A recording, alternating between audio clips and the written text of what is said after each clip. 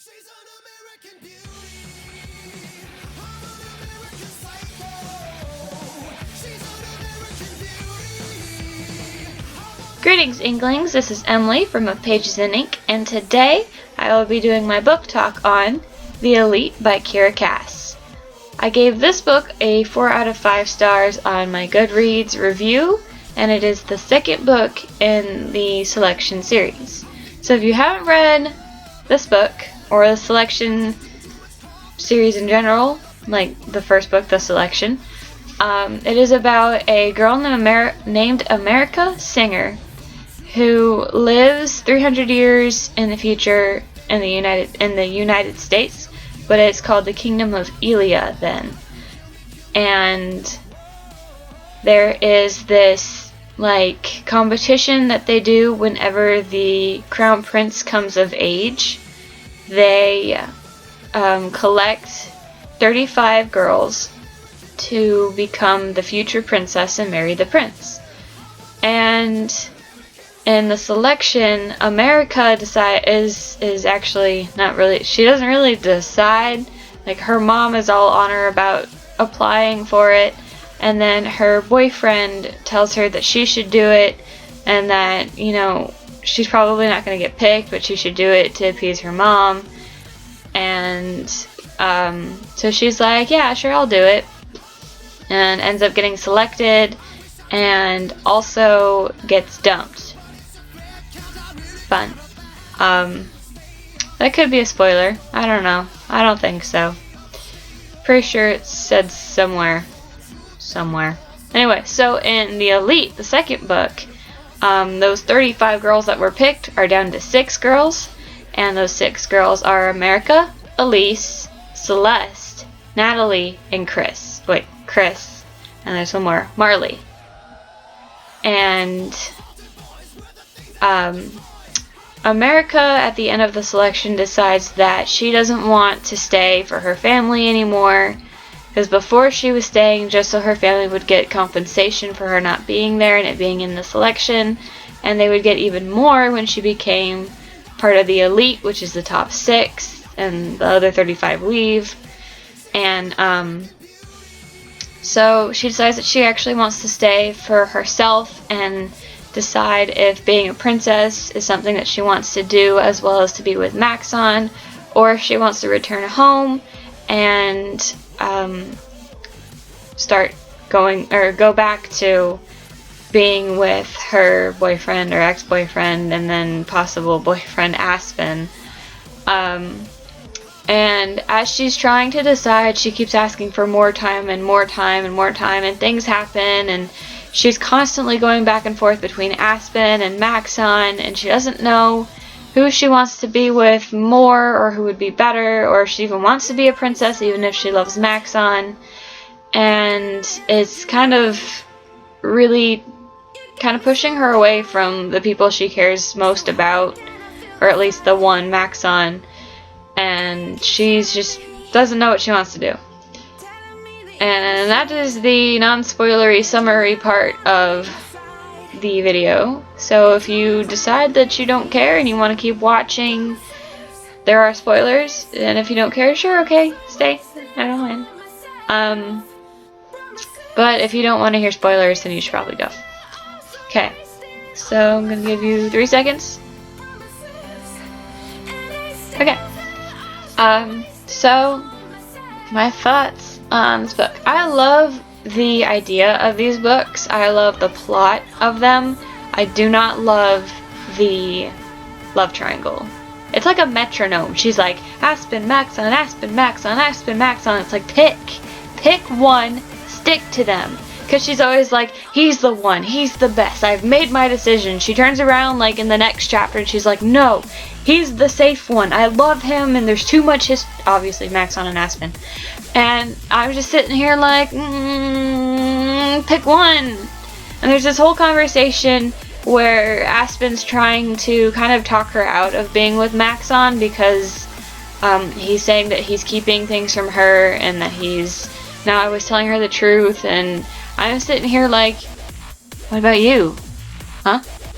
Because I've always gotten this vibe from him that he has a more sinister reason for being there.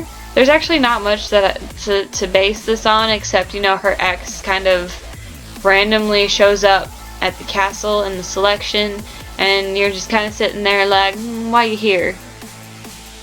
I guess it's because it's safe and it's where America is, but I always figured he was part of the rebellion, or like the rebels, the southern or the northern rebels, and that has actually yet to come to light. It may in the one. If I'm right, if I'm totally wrong, then Aspen will probably just be alone forever. Not forever, but I'll tell you right now, I don't like Aspen. I never liked his character. I don't really know what it is. I guess I just feel like he's such a... I don't know how to explain it. Like, he just seems like the kind of guy who knows he's good looking and will use that to his advantage so he can be kind of manipulative. I guess that's what it is. I feel like he's really manipulative, even if there's not much of evidence towards that, but that's what I think. So obviously my choice between Aspen and Maxon would be Maxon, and it's not because he's a prince, it's because I really like his character. There are moments in the Elite where he's kind of painted as being manipulative because he's being flirty with the other contestants, and to America she's like, what if he's saying these sweet things to me and he's saying it to them, and what if he doesn't really just love me, he loves all of them or one of them, or she questions him all the time and she doesn't fully trust him, and then she says she trusts him and she doesn't really trust him, and for his reasons I can tell without really even wondering is if America tells him no, he needs a backup. You know, the selection is to find his future wife, so he needs to find his future wife. Even if he thinks it's America, he's not going to push her into doing anything. So if she says no, he needs a backup. So he's talking to the other girls to find the one, if it's not America. And she's all like, oh, he's just being an actor or something. And I'm like, no, he's participating in the selection to find his honey bun because you're being fickle. So that was kind of really irritating. There's another part where she finds him with Celeste and she freaks out and she's all angry and they have this big fight, and I'm like, he's probably tired of you trying to choose, and you know, there's that whole thing where she is worried about Chris, and so he just wanted something simple, and later on he explains to her, I just wanted something where I didn't have to think, and I was like, aha, there it is. So there are times where America's just kind of like, really that's what you think, really, calm down and think again. I guess it's a good character flaw because, you know, she's not perfect. It's very obvious that she's not perfect, and it's a good kind of character to have, because if you have perfect characters, then they're, you know, too perfect, they're too character, not enough person. But at the same time, it's a really, really irritating character flaw for her to be that way, but it's whatever. So in this, Marley actually falls in love with one of the guards and is found in an intimate position with him, and her and that guard get punished. They get canned, their like hands are squished, and well, her hands, Marley's hands are like hit with cans, I guess, and or they're like holes, or I don't. The description didn't put an image very well in my head. I was thinking they were like cans stuck on sticks that are filled with cement, and they're like smack, smack. I don't know. Anyway, and he gets like the same thing on his back instead of on his hands. I don't really know what makes a difference. I guess because of women, or women use their hands more and men use their backs. I don't know. But anyway, So, and if you've read the selection or if you've read the Elite, you would know that Aspen is a guard in the palace right now. And so America has access to a guard that she still kind of has feelings for. And after the thing that happens to Marley, and they decide to meet in secret in like closed dark rooms. And I'm sitting there like, what makes you think this is a good idea? What could possibly make this seem like a good idea? Your best friend just got punished in front of the entire kingdom and made an 8.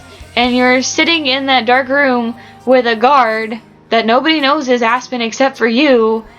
And what made you think that was a good idea, America? I'm sitting there like, who said this was a good idea? And then later on, the rebels attack, and there's this siren going on, and Aspen goes to collect America from her room to make sure that she makes it down to one of the safe rooms. And he, like, grabs her. They're, like, in the hallway. And he, like, grabs her and gives her this big, deep kiss. And I'm like, dude, sirens are going off. That's not a good thing.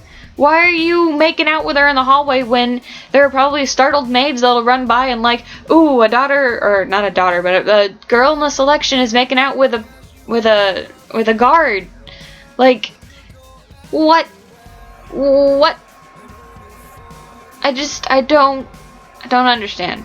Another thing that I actually hadn't written down in my notebook, but now that I think about it, I don't understand, is the rebels come and they take a bunch of books, and later on she talks to Maxon and she's like, what if they're after the diaries? Which is what I was thinking, but the only way that they would know that that is a thing in the castle is a spy, which I don't know how many guards actually know that that room exists, because I know the royal family does, and the only person that Maxon had showed that room to was America, and America tells her dad.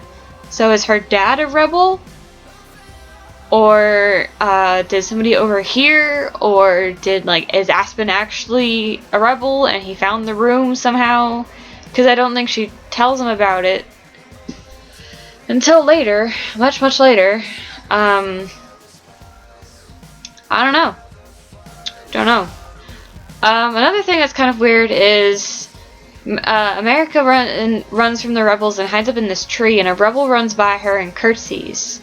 Like when she sees her, she's got this big pack of books, and then the pack rips, and some of the books fall, and she's trying to scoop up all the books, but she leaves the rest of the bag, and she sees America, and she kind of stops and laughs, and then she curtsies and walks away. And I'm like, obviously she's not the princess or the queen, because she's not wearing she's just wearing like a dress, I think.